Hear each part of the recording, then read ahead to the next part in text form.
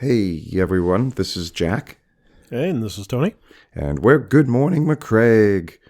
So, Tony laughs every time I say it.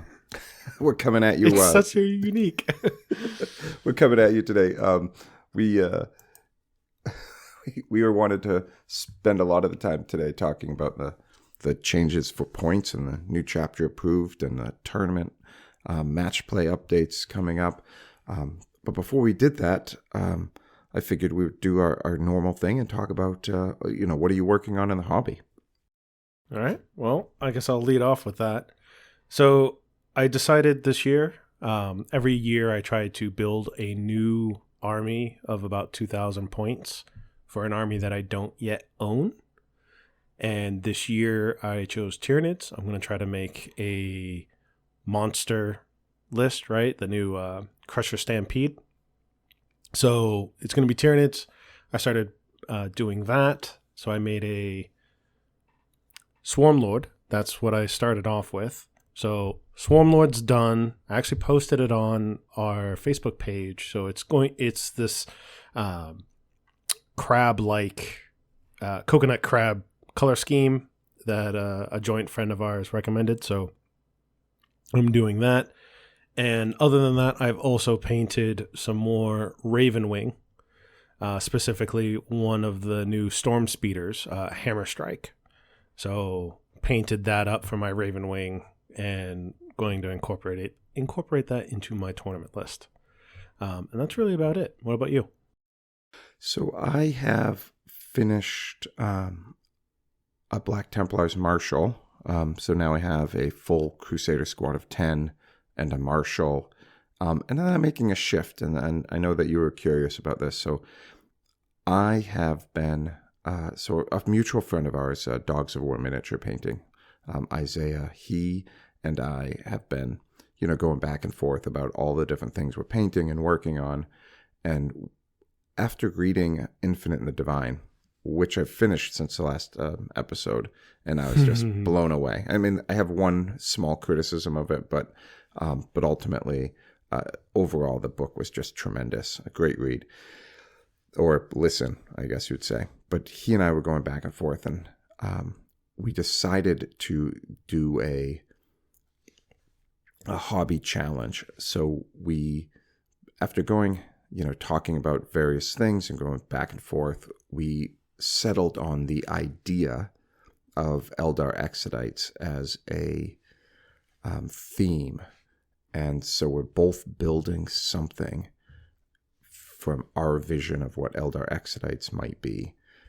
And so I grabbed a Carnosaur and a couple bits. As one does. As one does. And I know that Isaiah is starting with Stormdrake Guard. So he has sort of winged dragons. And I have just, giant dinosaur.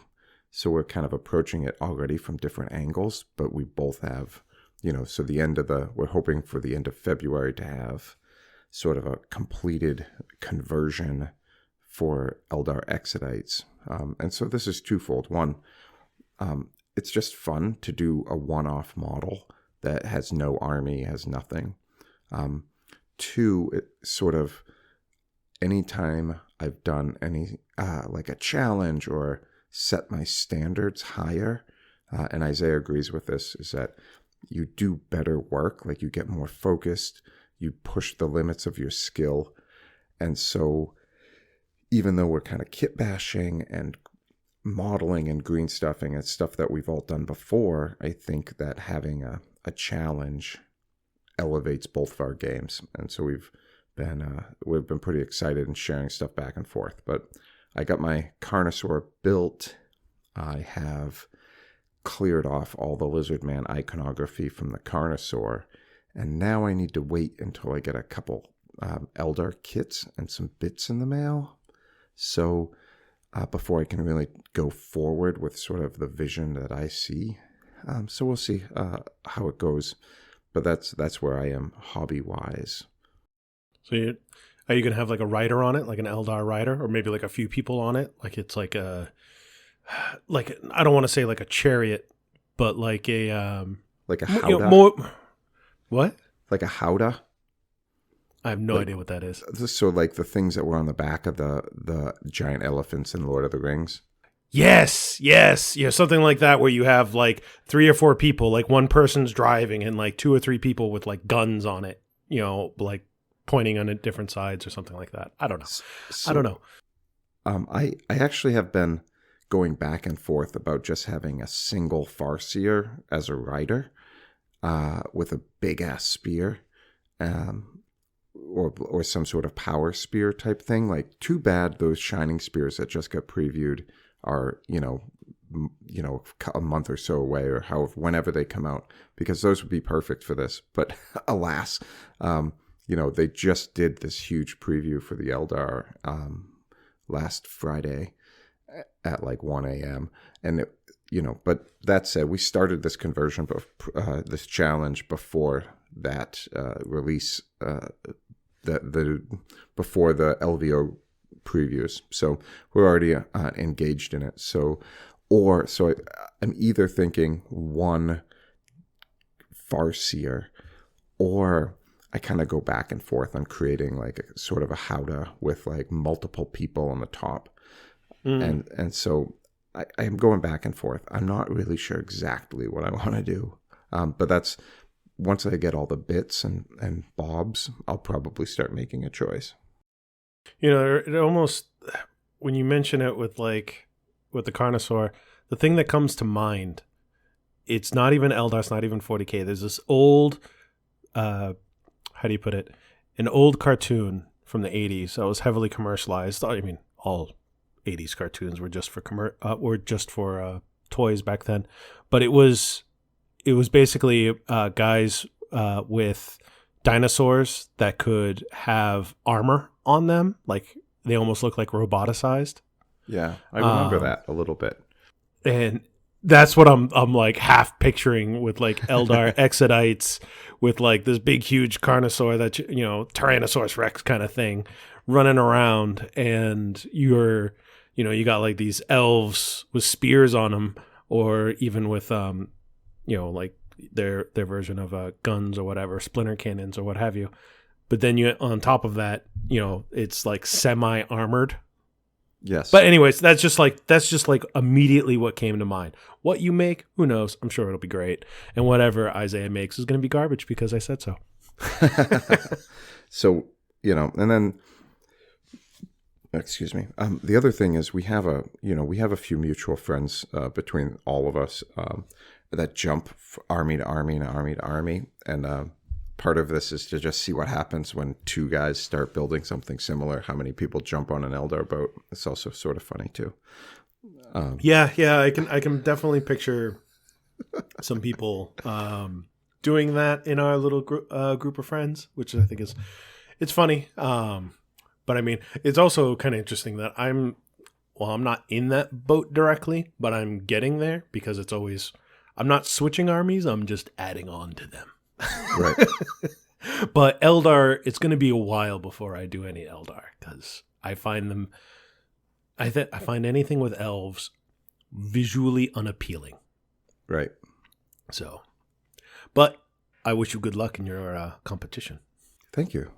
Yeah. Speaking of visually unappealing, one of the models they previewed, the helmeted option looks amazing, and then the head option just looks awful.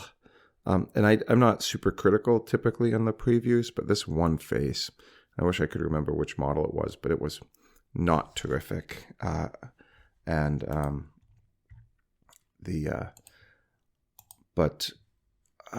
one? I'm trying to. It wasn't the pirate one, but it was one of the Eldar.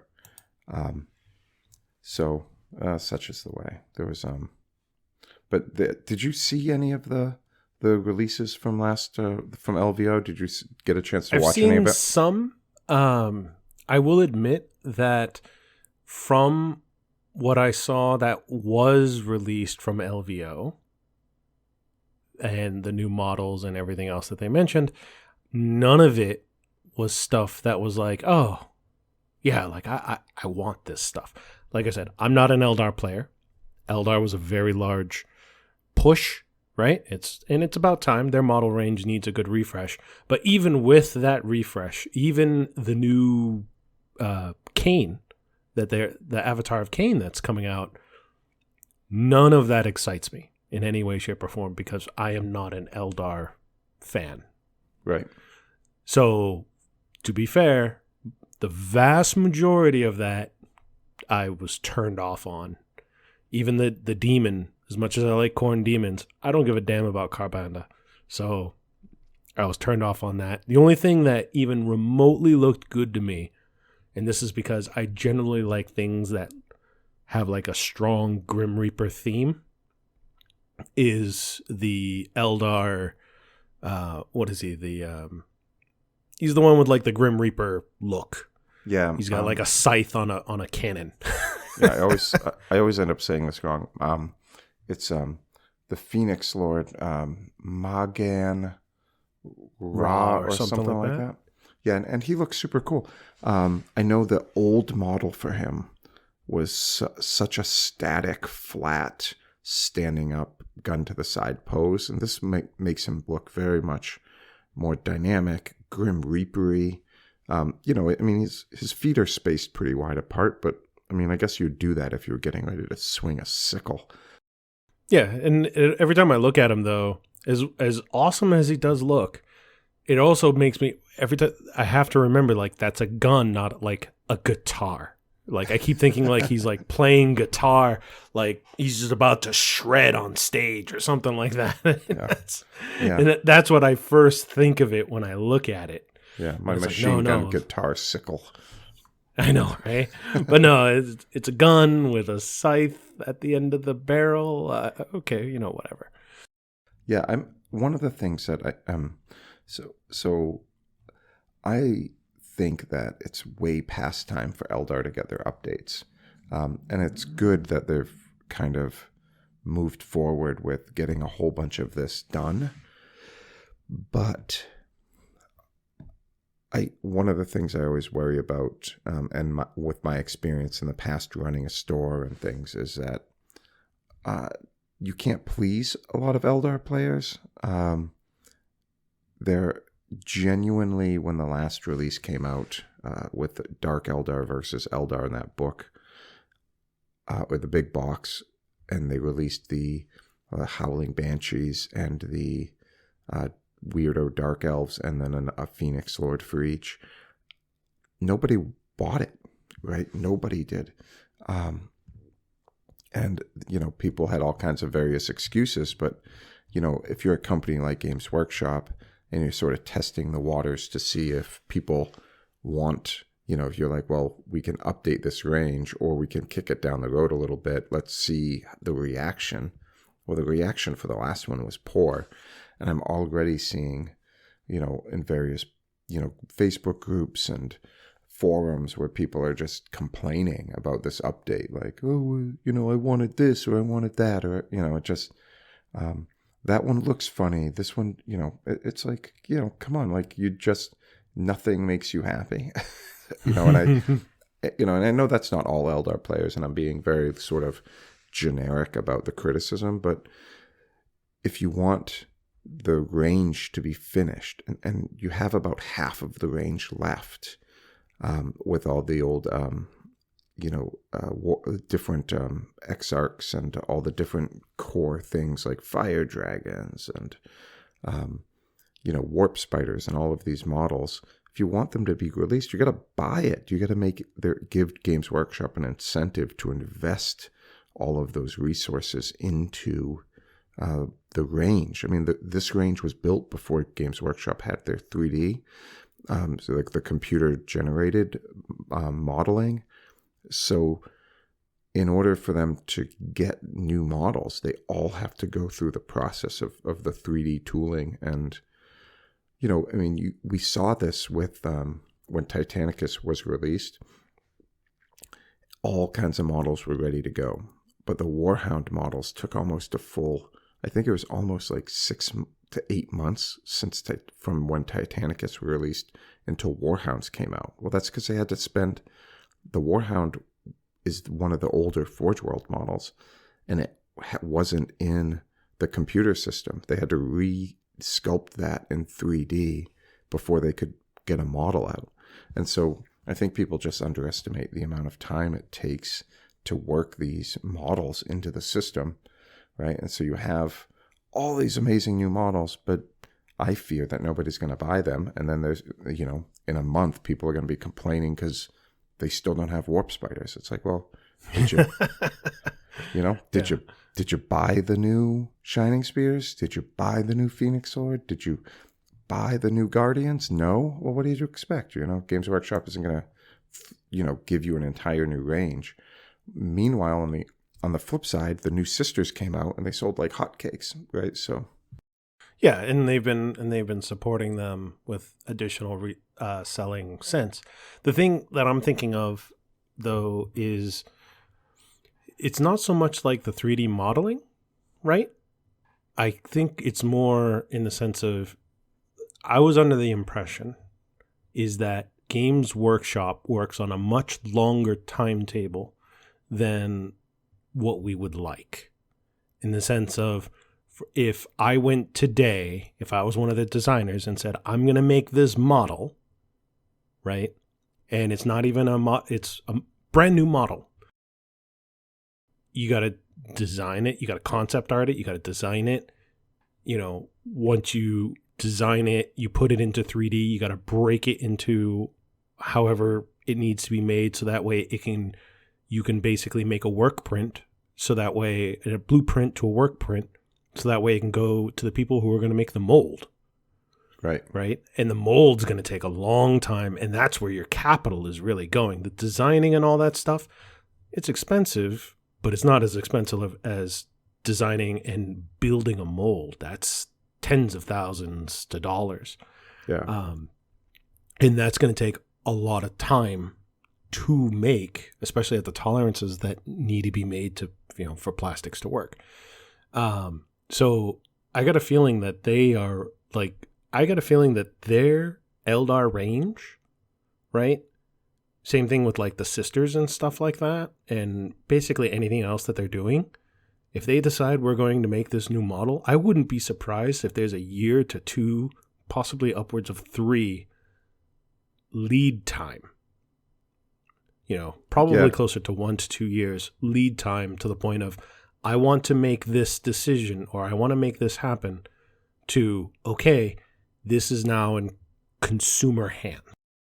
So models that, and this is based on the old Games Workshop podcast, the Foxcast, and there was another one for Age of Sigmar, but they had the podcast going for, the better part of a year, and every month you got, this new podcast episode directly from GW, and they often had the design team or members of the design team on there. So when they started the Warcry game, right, that was like a 4-year sort of side, not so much a side project, but they had a guy just concept art a whole bunch of stuff over the course of a while. And then they had people kind of poke around at it for a little bit. And then when they decided to actually go with it and start designing stuff, they had all this artwork and material. But it was a 4-year between telling somebody, hey, can you start kind of pushing the paper on this sort of idea? And it was about 4 years before the actual first Warcry box came out. Then, but on the flip side, after the Battle of Prospero box, they had a whole bunch of Forge World Custodes, but then they had the standard Custodian Guardian squad that got released in the Battle for Prospero box. Mm-hmm. But they already had all of these designs from Forge World, and Forge World has been doing all their designs in the computer too for years. So when they realized the success, and there's a little bit of assumption here, and there's a little bit of like talking to some people who've talked to some people, but ultimately there was like, I think 13 months between the Prospero box, and the response to that until we got all of those Forge World units. like the Terminators, the bikes, for Custodes in plastic. So I think there's a way that they can move faster for things for models that are in the system and ready to go, as opposed to sort of from starting something straight from scratch. So the Custodes project has always sort of fascinated me, and it's one I've looked at, like the timelines, multiple times, and it just is, they were able to take a Forge World model in several instances, kind of adjust it visually and produce it in about 13 months. And I'm making an assumption that it was based almost entirely off the popularity of the Heresy box, the Battle for Prospero box. So yeah, and it was a good box. Terrific I wouldn't. box. 13 months is right in line with what I'm thinking. Well, I mean, like I said, anywhere from 1 to 2 years depends on, it's going to depend on a number of factors. I think if they have, like, if Forge World has stuff that's, in the computers for modeling, the thing is that Forge World's modeling is all for resin, which is a fundamentally different process. However, they could probably, it's better than starting from nowhere, right? I'm just thinking more along the lines of, like, I'm somewhat familiar with 3D modeling, and it can be a very intensive process, especially if you have to make it for, something that you're going to physically build. But it's not that much different, especially if you're doing it for, like, resin, because resin, you can make bigger chunks, right? Because of how the mold works. Whereas, like, plastic, I mean, you could, but you generally, the way that they've been doing is they want more finer, smaller pieces. Yeah, Forge World is, so it used to be you would go to Forge World, to get these highly detailed, intricate models that you couldn't do in plastic. But at this point, Games Workshop can basically do anything in plastic. They really can. So, yeah, I would agree. I think the main difference is that resin casting is just much cheaper on the front end. It is so much cheaper in comparison to, you're probably looking at molds starting minimum $10K. Right? Whereas you could probably get a really good resin mold for probably less than half that, probably less than a tenth of that, right? Depending on how you do it in your processing and what have you. So I can see where they can use that for, small one-offs. Yeah, so I look at it with, you look at the Blood Bowl, right? Almost all the teams in Blood Bowl now are plastic and amazing, but all of the sort of one-off characters that aren't universally needed or universally purchased, most of those characters are now in Forge World resin.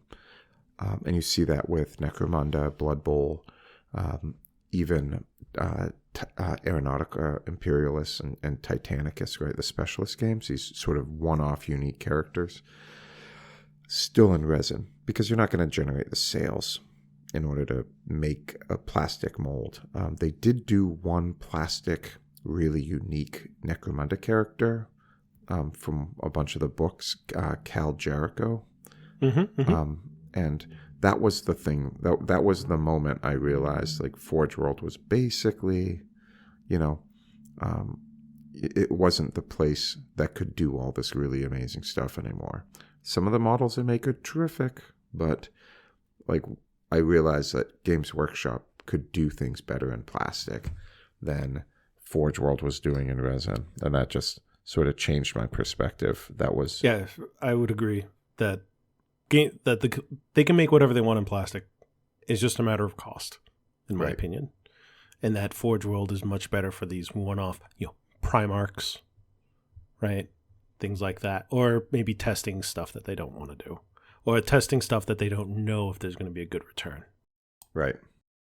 With that said, let's move on to the the main topic of today. Oh, right. Yeah. So chapter approved, right? Yes. That came out, and it's $40. It's $40. Not a fan of that. Nope. And so the other thing is we live in the Northeast, and so we all got hammered, hammered by snow over the last 2 days, right? So I wasn't able to actually get out and get the book because I was all snowed in, and most places around us were closed yesterday, and today was like clean out day. So I'm going to pick up my book tomorrow on my way home from work. That said, I have been scouring the internet and looking at like all the various points changes, and I find it pretty fascinating. Yeah, I mean, most of the points changes are what people are expecting, right? So, stuff like for NIDS, the Hive Guard have been, especially with the new Leviathan supplement, have been in every list, and, being able to have pretty good shooting, pretty dangerous shooting, and out of line of sight and infantry, so they can just sit in the back, completely protected and do some really nasty shooting. Yeah, their points went up, right? The Dima Karen, their points went up. You go to, all the armies that were top tables for a long time. Guess what? They all went up, as well as some other changes that makes illegal in tournament play the type of list that they were bringing. Yeah, so if you were doing a buggy heavy list, right, with mecha, the scrap jets and the squig buggies both took a big bump, right? So not a big, I mean, I don't think 10 points for a scrap jet is that big a bump for what it does. I mean, it just has a ton of shooting. And the same with the squig buggies. They took a 20-point bump, and I think that's appropriate. I think they were getting pretty heavily spammed, but overall, some of the stuff that sort of surprises me, and I'm kind of focused on orcs just for the second, is so much of the beast snaga force kind of took a bump. The kill rig went up.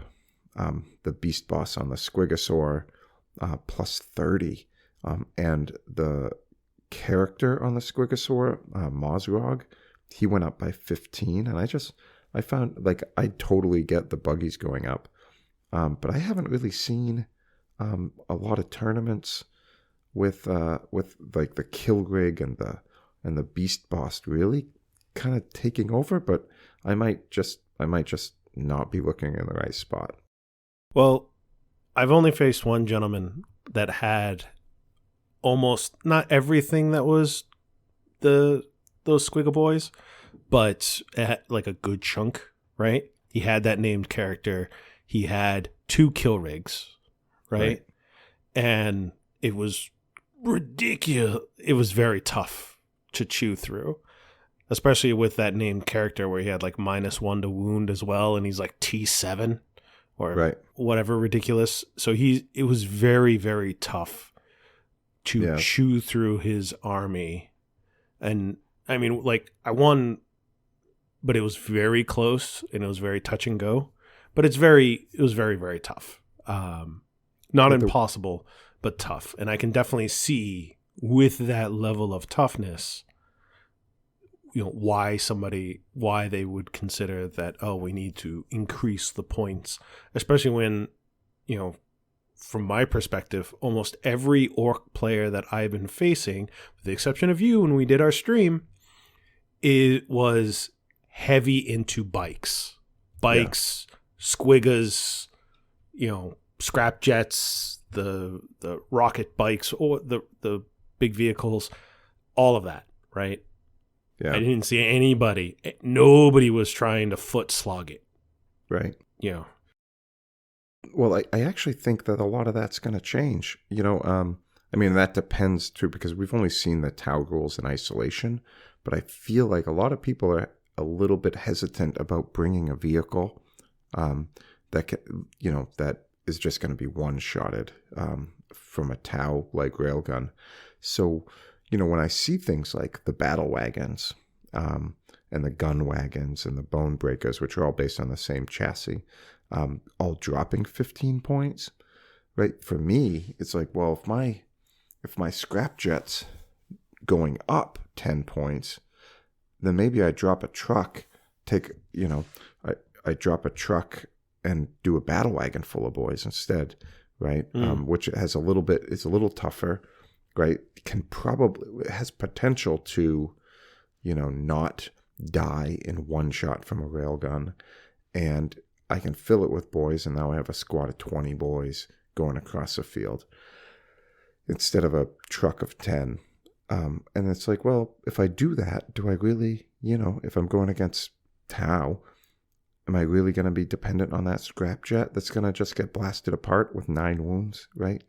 Battle wagon would be better. And so it's sort of opportunity cost, I guess, with balanced out with like new, thinking about your army lists in a slightly new way, right? Like if you're Necrons, I mean, goodness gracious, like you got points drops across the board, which also tells me that the Necron Codex probably wasn't solid when it first came out. Yeah. Between that and the core change, they definitely need, there's some internal balance, like for example, the destroyers, the Scorpic destroyers versus the Ophidian destroyers. Ophidian destroyers, both of these are the same points, right? They're like 30 points each. The Ophidian ones have the ability to deep strike at the cost of they are not as tough or as strong as the Scorpic destroyers. Except they can deep strike, and as that's your difference. But there's other ways to get deep strike abilities for Scorpic, so who cares, right? They're not that useful for the same point cost. Right. So that's where I'm seeing. Whereas I think there's still some problems there, but yes, they did get points drops pretty much across the board on anything that wasn't already being spammed. So for example, warriors and immortals, right? The core mainstay, they didn't see a points drop or increase, which honestly, in my opinion, is fine, because when I think of Necrons, I think, huge legions. But that's just me. So, and that I got 40 warriors, so they're already expensive at 260 for 20. Yeah. Another thing that doesn't surprise me at all is to see things like Morven Val for sisters and sacrosancts going up, right? So the sacrosancts went from 14 points to 16, so a +2, and Morgan Val went up 15 points. I mean, at plus 15 points, it's still a must-take in a sisters list for competitive play. But people have been spamming the Celestian Sacrosancts, and a +2 points per model increase doesn't strike me as all that big a deal. I mean, you're talking about models that have the ability to keep your characters around them alive for a significant amount of time. They can intercept wounds. They can heroically intervene. They have like these giant shields and halberds. And they're just a great unit. And at +2 points, they're still a good unit. Val has so many buff abilities around her. She's still a terrific unit. And it also doesn't surprise me that all of the tanks took a -10, because guess what? People aren't taking tanks, right? That's pretty much across the board. Almost nobody's really taking vehicles, because vehicles don't have the core keyword, so they miss out on a lot of the buffs. Right, and the one vehicle that is getting a buff or a points increase is Dread Knights, right? +10 points per Dread Knight, which because they're really, core, and they're being spammed. And they're being spammed, right? And so this at +10 points, it really makes you make a choice. So if you have a Grandmaster and 2 Dread Knights, which a lot of people do, right? Sometimes more than 2, I think, Dread Knights.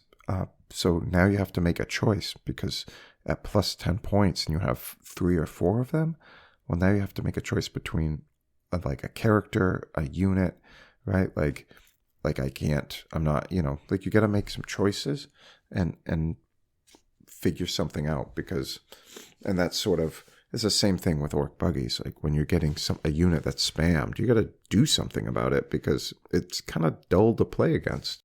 Yeah. One thing that, on those same notes, with orcs and Grey Knights is that, say for example, like Grey Knights, right? One of the most popular builds is you take two different detachments. So you can take two different Grandmasters in, the Dread Knight armor.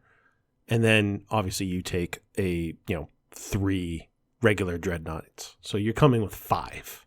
Right. Right. And the way you do this is that, you have 2 detachments and each detachment comes from a different sub-faction. Right. Of, within your army or within your book.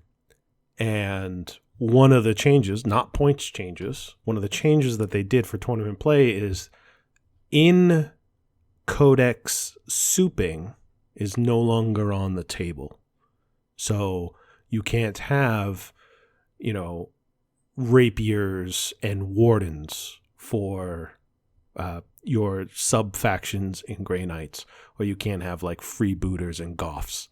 Right. You have to, they all got to be freebooters or they all got to be Goths. Right. I have been on the Sisters of Battle, one of the Facebook pages I'm in.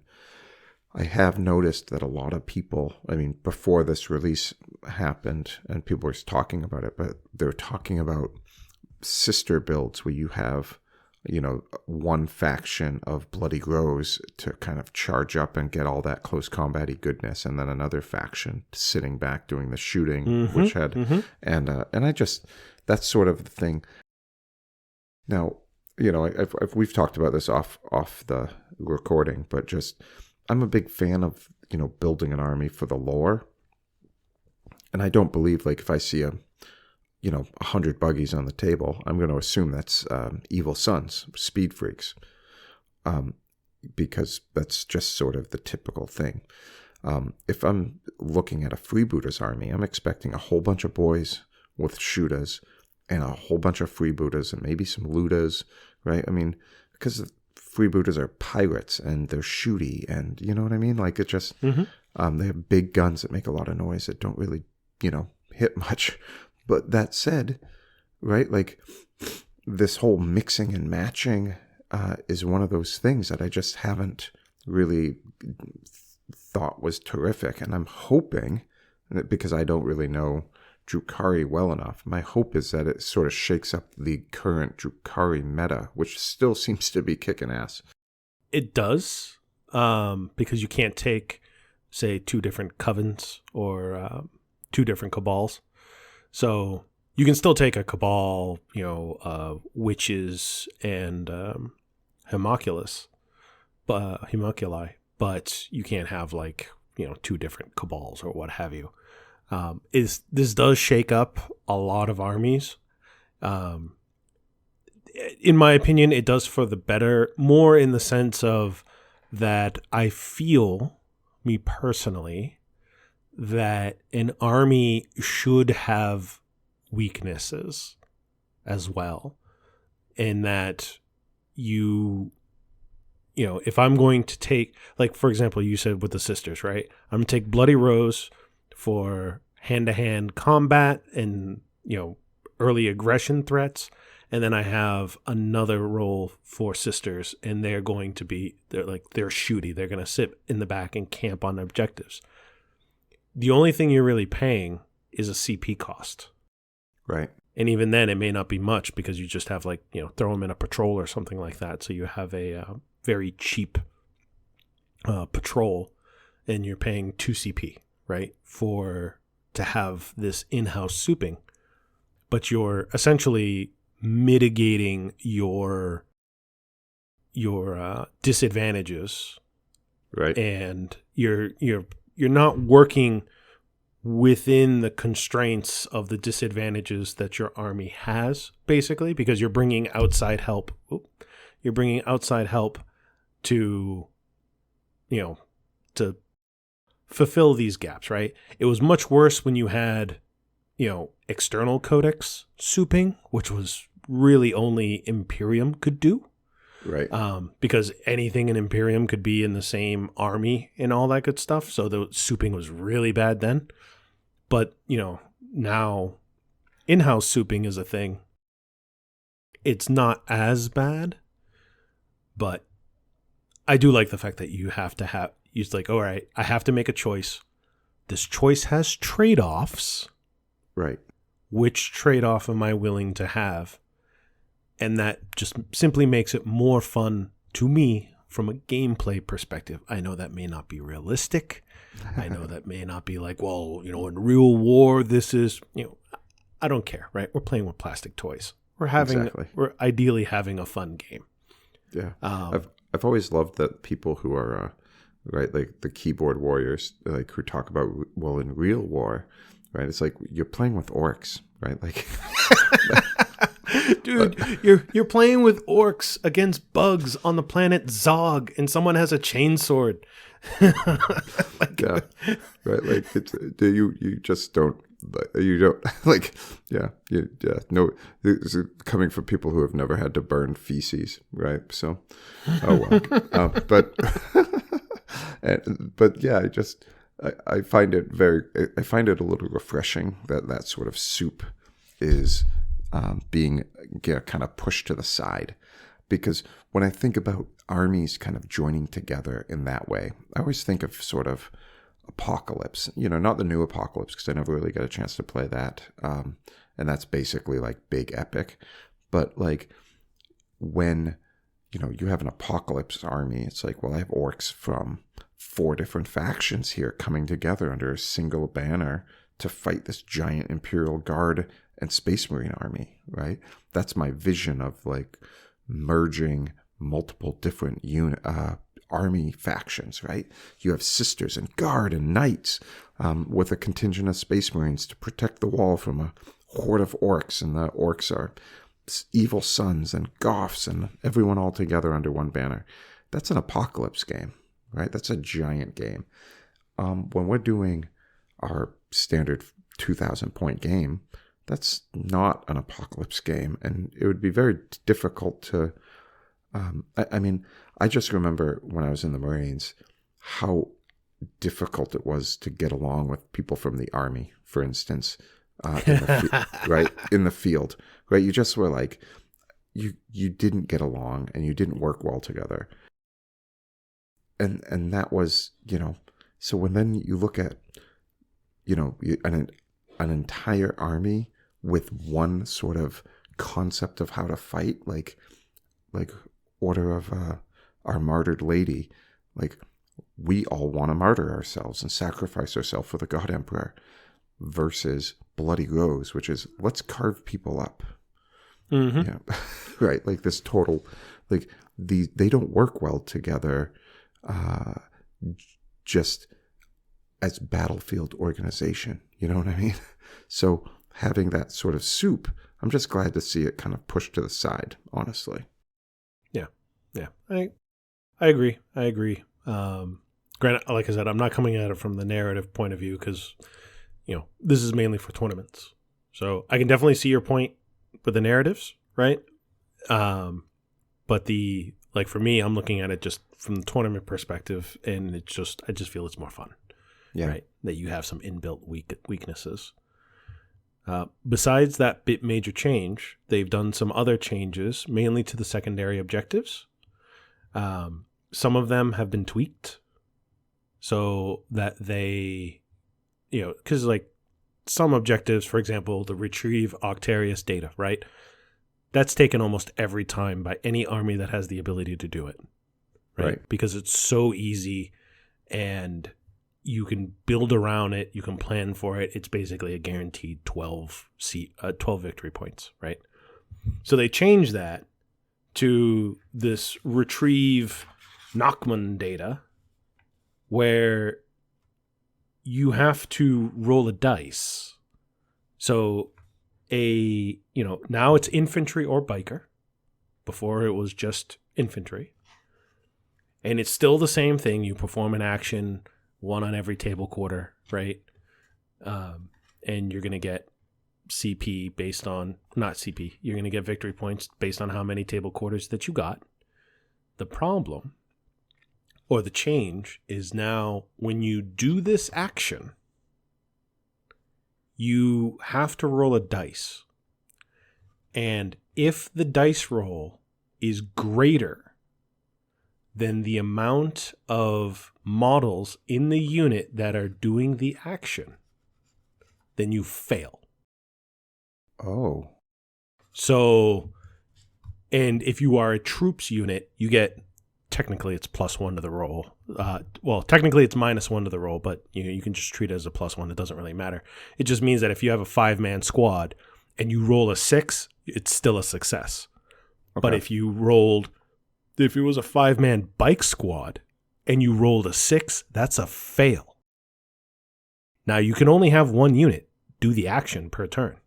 It also prevents taking a single character or a single, like a single model. Yeah. A single model in the back just doing its thing, like, and basically scoring all the points all by itself.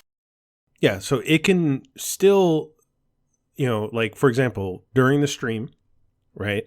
Because I had retrieve Octarius data, right? You did. And one of the plans that I had, and I was able to start doing it on turn 3, was being as custodians, that I would separate my Terminator unit into 3 separate, because you knocked 2 of them down, so there was three Terminators left. You scatter them with the Lion stratagem, so now they're all separate models, separate units. Right. And it would be like, oh, okay, this guy's going to move over here, and he's going to do Octarius data. And these guys are going to move over here, so that way they can prepare for Octarius data in a turn or 2. See what I'm saying? Right. So that's that whole goal of, we want that was, deliberately part of the plan, right? So that way I can easily score this without having to sacrifice an entire unit to do so. Now, if I wanted to do that, I could still do that, but it would be if it's an infantry, you get +1 of the roll. So I'm quite certain it's infantry, blah, blah, blah, blah, blah. It is, nope, it is troops. It has to be troops. So if since it's an elite, if I rolled a 1, it would be successful. And if it was 2 through 6, it would have failed. So obviously that strategy wouldn't work. Right. So, I mean, that is interesting. I do like that. And it sort of, I like that each new book sort of updates secondaries and makes some slight adjustments for stuff like that, because I think it's easy to kind of get into the rut of playing something the same way over and over and over again. And I like the idea of having to kind of refresh the way you play the game every once in a while. I think what happens is there are good players that just win, right? They know the game. They know how to shift around. And I think giving them, like, I've been saying like a lot. I got to stop with my sort of my sort of mall talk, as I used to call it in grad school.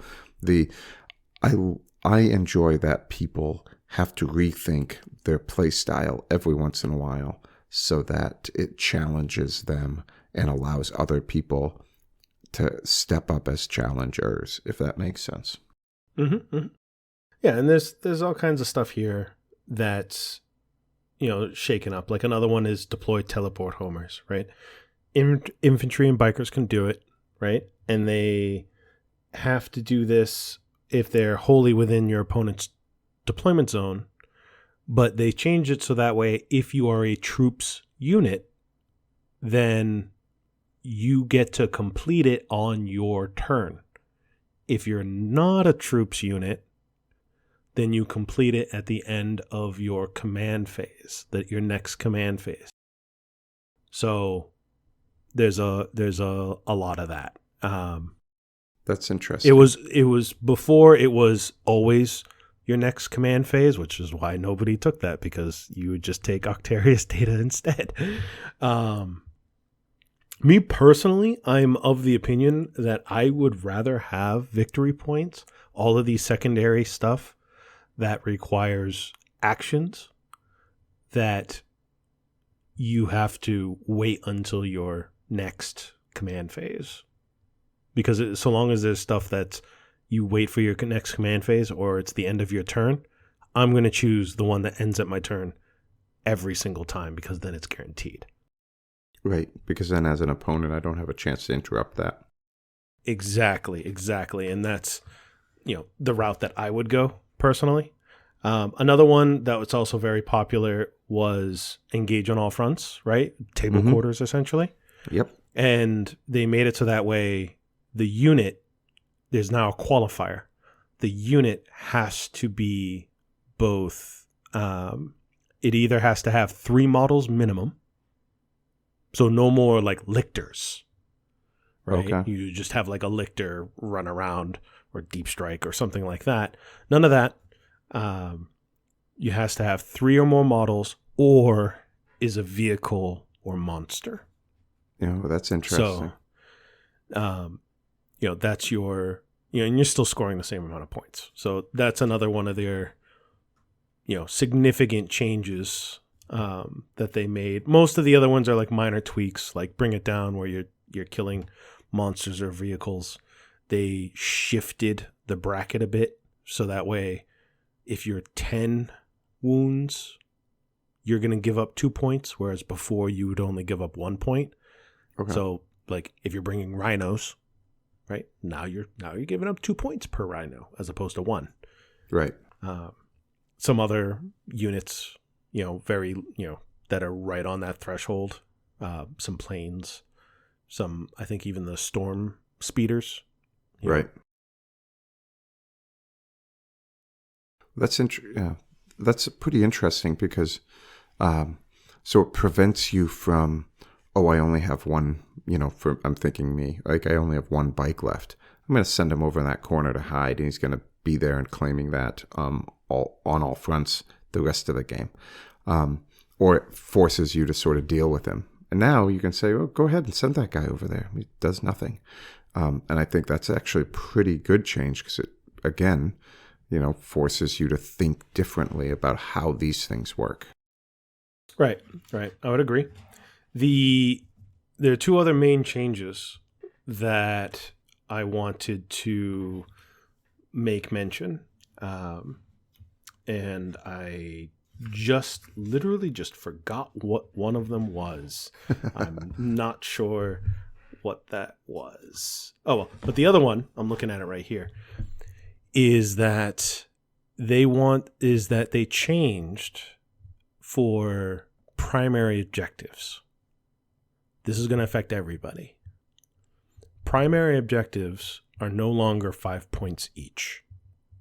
They're now 4 points each. So you cap at 12. Interesting. Per turn. But they also, how like every objective before had an optional secondary objective that you could have chosen? Yes. So that's gone. Instead, it's kind of like a mini objective that counts towards your primary points.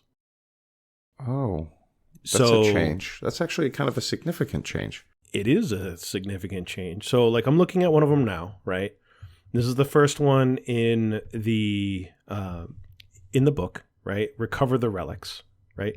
So you still have, control 1, control 2, control more, right? For 4, 8, and 12 points respectively. The mission rule has a recover relics, right? In this mission, a player only receives the Battleforge CP bonus at the start of their command phase if they control either 1 or more objective markers in their opponent's territory, or if they control 1 or more objective markers in no man's land, right? In between the 2 deployment zones. So if you are, just hoarding your own objective, You don't get that CP every turn, right? Okay. And in addition, if at the start of their command phase, a player controls the objective marker in their opponent's zone, you receive an additional command point. So you would get 2 as opposed to 1. But there's also a progressive objective now, right? And this one is at the end of each battle round, each player scores 1 victory point for each enemy unit that was destroyed during the battle round to a maximum of 3 victory points per battle round.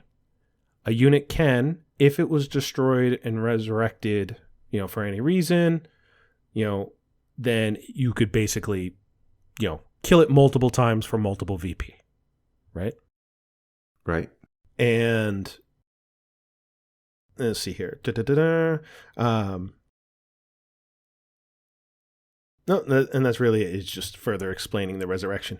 So basically, in addition to the game, scoring your primary victory points, you're getting a victory point per battle round for every unit you have killed. Huh. So, and each mission has different ones, right? So some of them there's like an objective in the center. So for you to get 2 victory points extra, you either have to hold the center or you have to kill somebody off the center. Right. Right. Huh. So, fight, and there's like an action that you can do being in the center and things like that. So it adds another angle, I guess, to the game. I kind of like that. Again, I'll go back to, I like anything that makes people have to sort of rethink what they've been doing for a game that shifts slightly, but also it makes it much harder, I think, for people to get that max out score. So, I think about the tournaments that I've been running. In the end, there are like, 4 guys that have all, it's going into the last battle round, 4 or 5 guys that have won, the first 2 games, and they're all within, a handful of points of each other. But that also means if any of them lose, they just drop off, right? Like way down. You can go from 2nd place to 5th place just based on what I think this might do is prevent all of those sort of 95, 92, 98 scores, because, you're not going to get those full 5 points every single time. So it requires you to be more dynamic in your actions and more thoughtful to kind of max out. So I wonder if we start seeing more scores that are sort of, that don't put somebody so far ahead that nobody else can really catch up again, if that makes sense. So, you start seeing winning, top scores in the high 70s to mid 80s instead of high 80s to mid 90s, Yeah. Yeah. I know. I can definitely see that it's going to be, you definitely got to be putting more thought into scoring. And I can definitely see from here looking at this, like, granted, right now my tournament list is a Raven Wing list. So I'm already kind of hard pressed for a lot of my scoring for objectives because I don't have infantry. Most actions require infantry. And my unit sizes are generally small. And I'm quite certain I don't have a way to both do the action and still shoot. Right. So certain ones that, hey, I could do an action, but I'm not going to be able to shoot. Oh, crap. Things like that. Right. So it's definitely, impactful. Right. I will say that most of the actions that are for the primaries, like they're part of the missions, those actions are more forgiving. It's basically any unit in your army. Maybe it has a restriction as in like you can't use aircraft, but that's it. Right. But for a lot of the secondaries, like it's definitely they're emphasizing you need to bring troops. Right. Bring troops. Right. You need to bring troops, And if you're trying to pick stuff that is on the other side of the map, you got to have a way to get them there. Right. Right. Well, it's interesting. I feel like this is part of the game balance that has always sort of ebbed and flowed in each edition. So I remember that, for a long time, troops felt like the tax you had to pay in order to get your good units, right? I feel like that's how it was for, 5th, 6th, 7th edition, right? You have to pay a troop tax so you can get your cool elite units. And now I feel like you need your troops to be able to do a lot of things. And it's not so much a troop tax as much as it is if I want to score points and win, I need to have something that's as versatile as troops. But in the same regard, I think for a lot of armies, troops have become more versatile, right? If you look at the layouts of different armies, Space Marines have a ton more troops. Even orcs used to just have orcs and grots. Now they have two types of orc boys. You have the beast snagga boys and the regular boys as troops. Sisters only had battle sisters. Now they have novitiates. So I feel like, it's not just a troop tax, but GW is making troops more important to the game because they are kind of important to the game. Yeah, and I can definitely see that, how do you put it, having it so that way, instead of people just bringing the most powerful units all the time, having some units that are weaker, right? Because almost across the board, troops in general are not really what you write home about in general, right? Right. They're not the ones that are going to, carry. They're not sexy. They're not the ones that are going to carry you to victory like destroyers or, some type of Catan shard or something like that. But, not all troops are equal, but what they usually are somewhat cheap, and they're also what's the word for it? Durable, typically, right, for their points cost. At the downside that their offensive output is not really that great, or at least not efficient for what you're doing. So, that's not too bad. No. Aspects in terms of, you want to use this, you want to get across the board and do this action. That's great. With your troops, that's great. Troops in general are not fast. No. Right? How are you going to get them over there? Right. Right? So you now have to start talking transports. You now have to start talking teleportation. If you're Space Marines, you got multiple options, but one of the big ones is drop pod, right?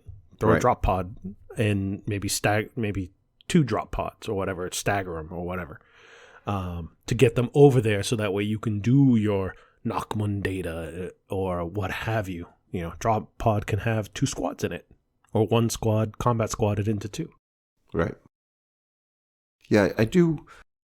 I mean, I do like that. I do like this change because, troops, right, orcs have trucks, orcs have battle wagons, sisters have rhinos, and, you can even throw a small squad into I want to say repressor, but it's not, the exorcist. And then, the immolator, there it is. Right, like, there's so many different ways to put troops across the board. I don't think that this is that big a deal. And so I think that one of the things that I do worry about is right now everyone is seeing all these Tau rules in isolation, and we won't see the full Tau rules probably until leaks start, this week, probably on Friday. And everyone's afraid that, like, the railgun's just going to pop them, right? But we don't really have the full. I mean, there were some leaks, but I don't really know fully how that's going to impact. But I think that this is, having troops and at least a transport for one unit isn't game stifling. It's not creativity stifling. I think it's good for the game. True. And we'll see. In regards to the Tau, we'll see. Right. Right. I will say that I may have Imperial Knights. I want to see how this turns out because, like, yeah, the the rail cannon and all this invulnerable stuff, invulnerable ignoring stuff. And granted, they don't have too much of it, but they do have it. To me, that's not really that big of a deal because if you're on a properly, filled up board with terrain, you should have Right. plenty of line of sight blocking. Like, yeah, sure, it's 72 inches, but you shouldn't have any spot on the board that's 72 inches that it could be able to see anything it wants. Right. It should have very small fire lanes. So you should have abilities in general to be able to get to it, have them make choices, especially if you're doing any type of tournament board or something like that. We did it on our stream, right? Hint, Right. hint. Go see it. The On YouTube.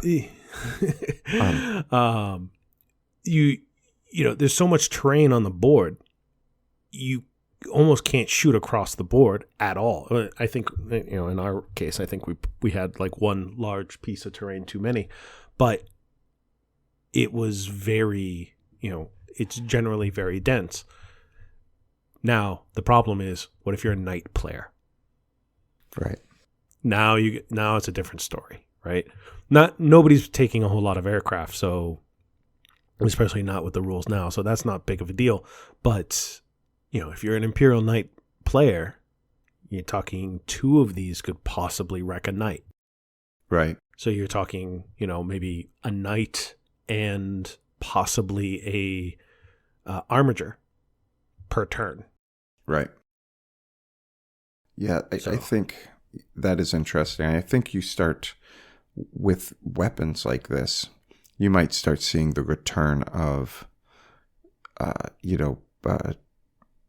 the Plague Burst Crawler, a lot of indirect fire, and you have to get across the board, but you use your troops for that, and you hang back and try to indirect fire. But there are not a lot of indirect fire weapons right now, right? Basilisk, Plague Burst Crawler. Well, the ones that are available are pretty strong. Actually, the Death Guard one and that tank. Yeah, that tank is really good for its point cost. It is. They just made it cheaper. They did. So like that's a strong spot for indirect fire. Hive Guard are very strong. That's why they got a nerf. Yeah. And I don't really necessarily want to say Basilisk, but that's mainly because it's Imperial Guard and they need some good loving at the moment. They do. I wonder when we see a codex for them. Yeah, I don't know when. I got a feeling like with them and Tyranids, that stuff's more further down the line. I think we'll see Chaos Space Marines before we'll see them. Well, Chaos Space Marines fits the current 6-month window of what are they calling it now? Their sort of cycle, right? You have 6 months of a story, and right now that story is the Notchment, Gauntlet, and Vigilus, and that's sort of Chaos versus Eldar, Chaos versus Imperium. It has some Genestealer cults and Orcs thrown in there. So, Imperial Guard are in there, but they're not the primary. I think this is more Chaos. And so right.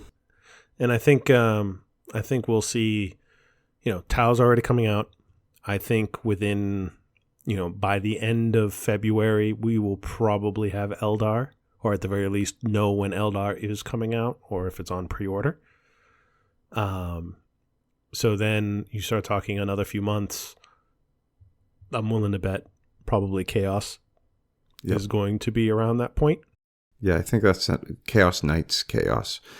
There have been some rumors that it's going to be some Chaos Guard, which either wrap in with the Space Marine Codex or are kind of their own separate thing. We'll have to wait and see. Well, we'll see. With Chaos Guard, they would definitely need to put out some more models, or maybe they'll use like the Cultists. I don't know. Well, there were some rumors back in September, and so far they've hit on everything that indicated this year would see a release of sort of mutated human guard for chaos, human psychers, things like that. Okay. So, Okay. they've already kind of laid the groundwork with the old Blackstone Fortress minis. So we'll see if they Yeah, they'll can. just expand on it. Yeah. Yeah. So Who knows? Well, we'll definitely see. I'm willing to bet like all those models are already either being made or what have you. Probably already well designed and everything's good to go. yeah. They're just staggering the releases. I remembered the last thing that I mentioned. And this is more of a minor change. This is really more for Space Marine players. Is that the original rule when you took secondary objectives was that you could take one secondary objective from your codex. Yes. But Space Marines, you have a codex and a supplement, each with secondaries. Oh. So a lot of Space Marines, even like myself, I've done this definitely with Dark Angels, right? I have a Dark Angel objective that I can take, and then I would take a Space Marine secondary, and then I would take one from the main event book. So that's no longer a thing, right? Okay. If you take it from a codex or a supplement, that's your one-off. Okay. And then everyone else, you have to take two from, the grander scheme of things. Okay. So that's fine. That's totally fine. And I think that's pretty fair because you have a lot of armies out there that don't have supplements, so they literally don't have that option. Right. So, Right. But that's another change, kind of minor, right? But And then I will. Oh, go ahead. I'll lean to you. Okay. I will say to kind of sum up this whole chapter approved thing, right? I'm not.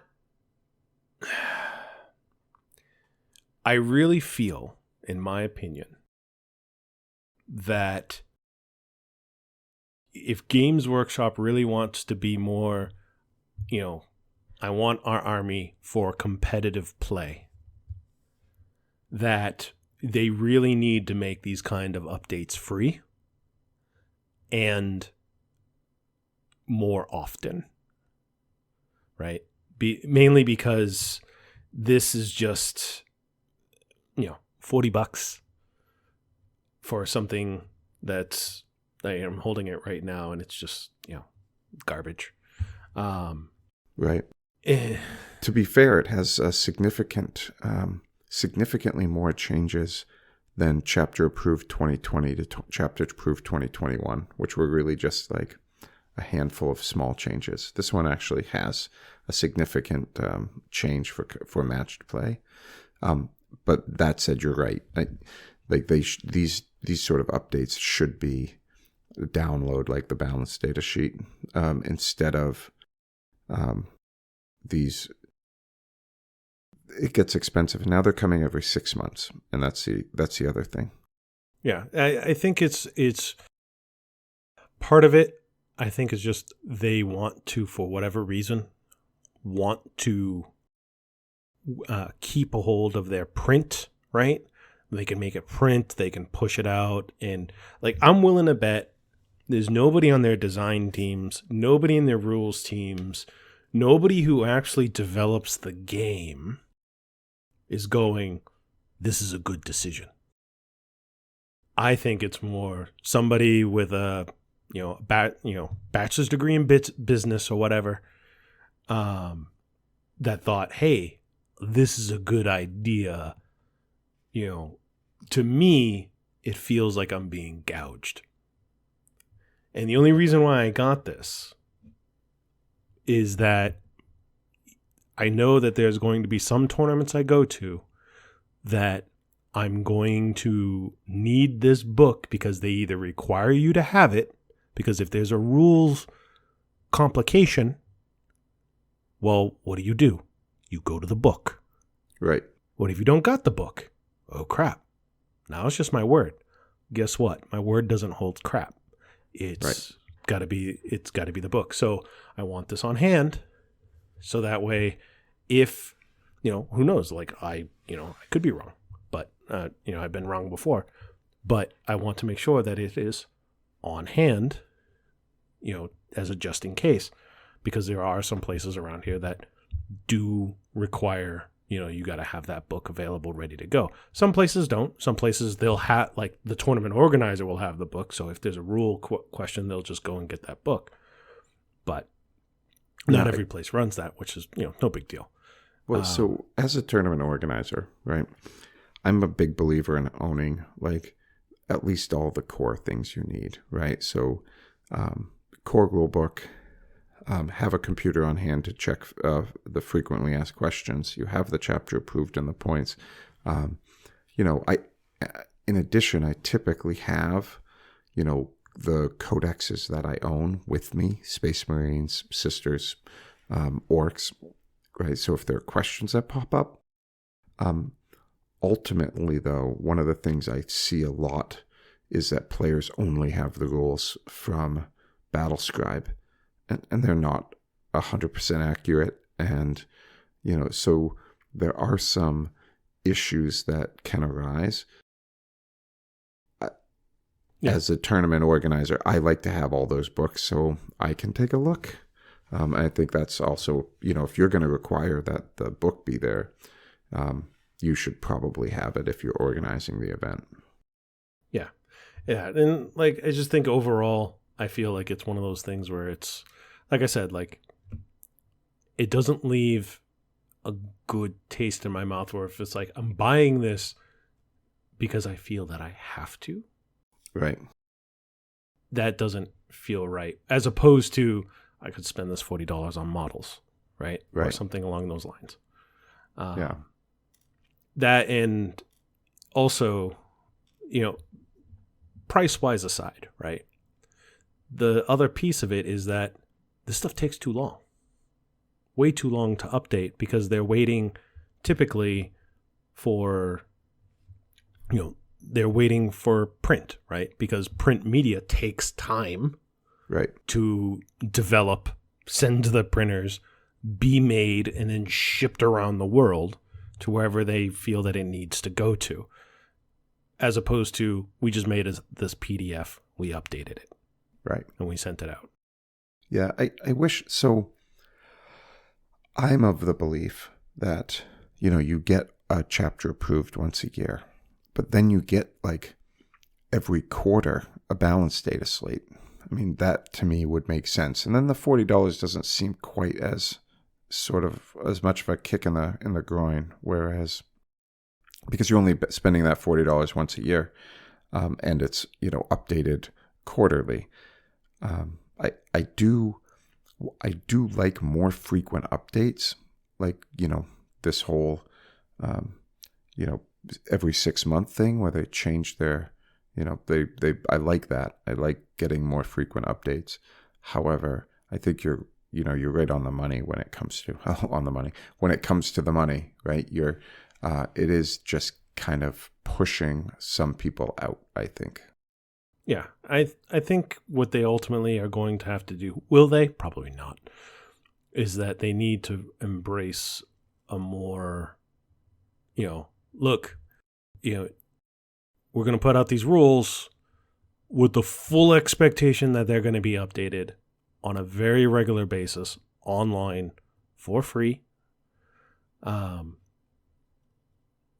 not have to rely on this book media, so much. Because when you start talking about these other, you start talking about other games that can be played competitively, like Magic, those rules are updated very frequently, right? They are. Changes and things like that are done very quickly, very frequently, and they're done for free.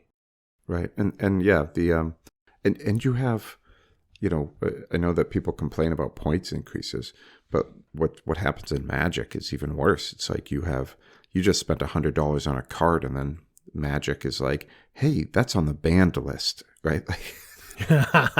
Like you can that's no that's longer, worse. yeah, That's definitely worse.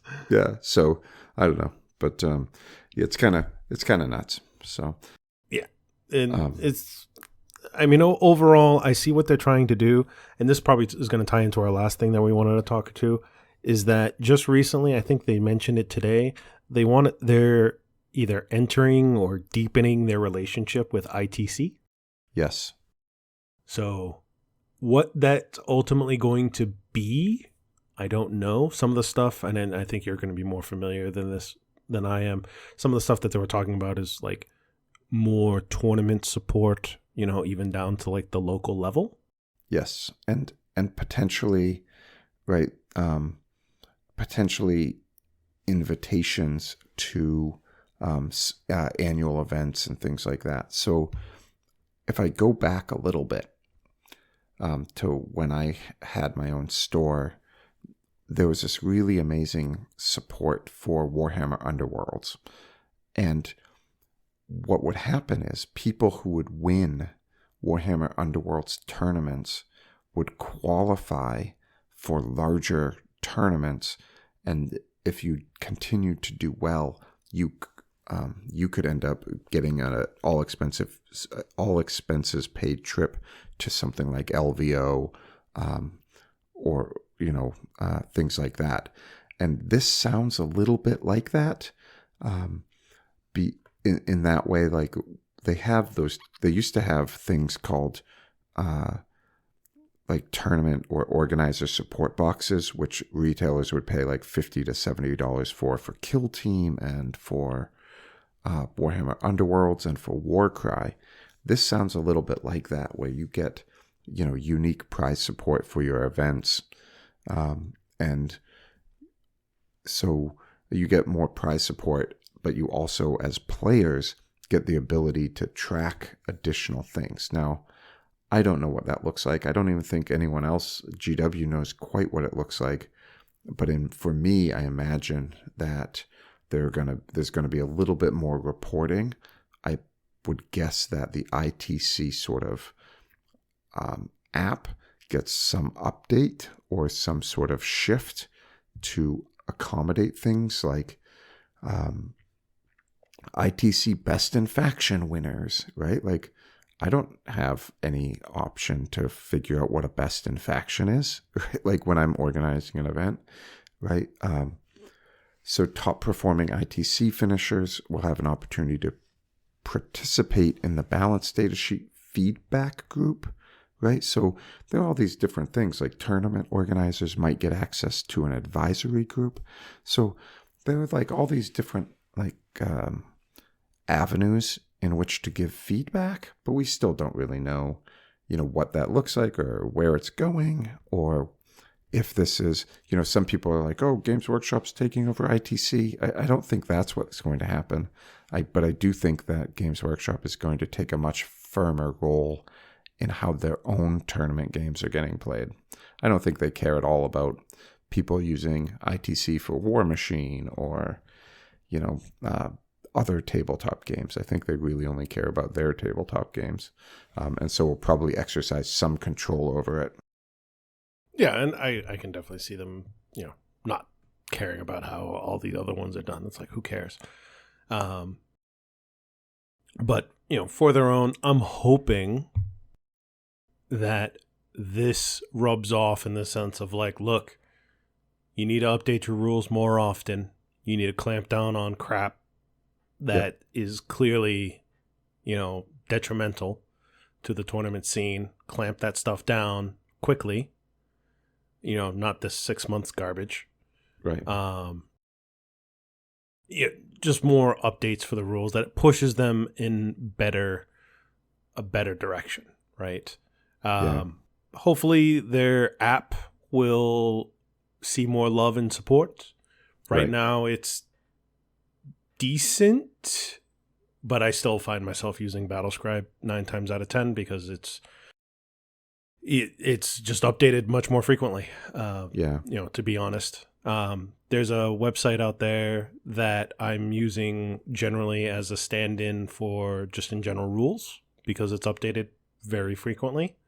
Not updated immediately as if I bought the rules, but for stuff like right now, my Tyranids, I know a Tyranid codex is somewhere on the horizon. I'm not going to go buy an 8th edition codex Right. to get my Tyranid rules when it's just going to be out of date within a year.